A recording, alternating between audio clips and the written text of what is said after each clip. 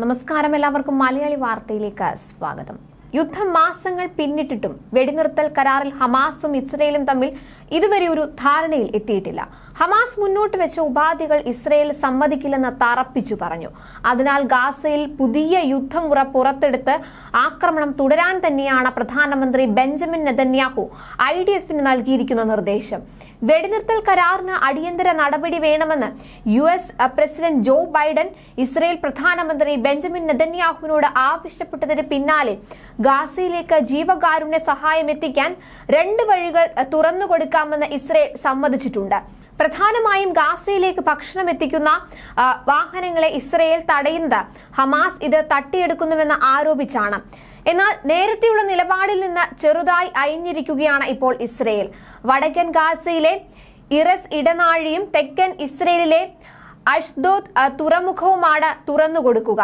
ഗാസയിൽ ജീവകാരുണ്യ പ്രവർത്തകരെയും ജനങ്ങളെയും സംരക്ഷിക്കാനെടുക്കുന്ന തീരുമാനങ്ങളുടെ അടിസ്ഥാനത്തിലായിരിക്കും ഇസ്രയേലിനുള്ള ഭാവി സഹായമെന്നും US പ്രസിഡന്റ് വ്യക്തമാക്കിയിരുന്നു. എന്നാൽ ഇതിൽ എന്തെങ്കിലും തരത്തിൽ വീഴ്ചകൾ സംഭവിക്കുകയാണെങ്കിൽ, അതായത് ഗാസയിൽ ഇപ്പോൾ ജീവകാരുണ്യ പ്രവർത്തനത്തിനായി തുറന്നുകൊടുത്തിരിക്കുന്ന ഈ 2 വഴികൾ ഇസ്രയേലിനെതിരെ എന്തെങ്കിലും സംഭവം ഉണ്ടായാൽ ഇത് ഇസ്രയേൽ ഉടൻ തന്നെ അടയ്ക്കുന്നതുമാണ്.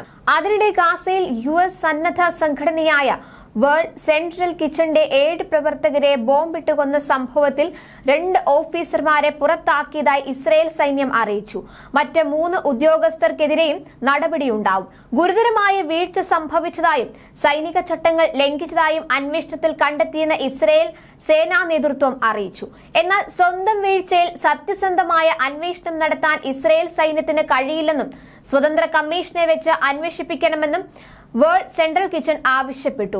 ജീവകാരുണ്യ പ്രവർത്തകരെ ലക്ഷ്യമിടുന്ന ഇസ്രയേൽ പദ്ധതിയുടെ ഭാഗമാണ് 7 പേരെ വധിച്ചത് എന്ന് കൊല്ലപ്പെട്ട കനേഡിയൻ പൗരൻ ജേക്കബ് ഫ്ലിക്കിങ്ങറുടെ മാതാപിതാക്കൾ പറഞ്ഞു. തങ്ങളുടെ പൗരൻ ഗാസയിൽ കൊല്ലപ്പെട്ട സംഭവത്തിൽ ഇസ്രയേൽ അംബാസഡറെ വിളിച്ചു വരുത്തി പോളണ്ട് പ്രതിഷേധം അറിയിച്ചു. ഇസ്രയേൽ ആക്രമണത്തിൽ കൊല്ലപ്പെട്ട സന്നദ്ധ പ്രവർത്തകരുടെ മൃതദേഹം ഈജിപ്തിലേക്ക് മാറ്റിയിട്ടുണ്ട്. അവ സ്വദേശങ്ങളിലേക്ക് കൊണ്ടുപോകും. സ്ഥിതി ഏറെ അസഹനീയമെന്ന് ബ്രിട്ടീഷ് പ്രധാനമന്ത്രി ഋഷി സുനക് നെതന്യാഹുവിനെ അറിയിച്ചു. ഇസ്രയേൽ അന്താരാഷ്ട്ര നിയമങ്ങൾ ലംഘിക്കുന്നതായി പ്രഖ്യാപിക്കേണ്ടി വരുമെന്ന് ഋഷി സുനക് അറിയിച്ചതായി ഇസ്രയേൽ മാധ്യമങ്ങൾ റിപ്പോർട്ട് ചെയ്തു. ഒക്ടോബർ 7-ന് ശേഷം UN ഏജൻസിയുടേതടക്കം 169 സന്നദ്ധ പ്രവർത്തകരാണ് ഗാസയിൽ കൊല്ലപ്പെട്ടത്. ഇതുവരെ ഗാസയിൽ ഇസ്രയേൽ നടത്തിയ ആക്രമണങ്ങളിൽ 33,091 പലസ്തീൻകാരാണ് കൊല്ലപ്പെട്ടത്. 75,750 പേർക്ക് പരിക്കേറ്റിട്ടുണ്ട്. ഡമാസ്കസിൽ ഇറാൻ കോൺസുലേറ്റ് ആക്രമണത്തിൽ കൊല്ലപ്പെട്ട 2 മുതിർന്ന ജനറൽമാർ അടക്കം 7 ഇറാൻ സൈനിക ഉദ്യോഗസ്ഥരുടെ ടെഹ്റാനിലെ സംസ്കാര ചടങ്ങിൽ 10,000 പങ്കെടുത്തു. ന്യൂസ് ഡെസ്ക് മലയാളി വാർത്ത.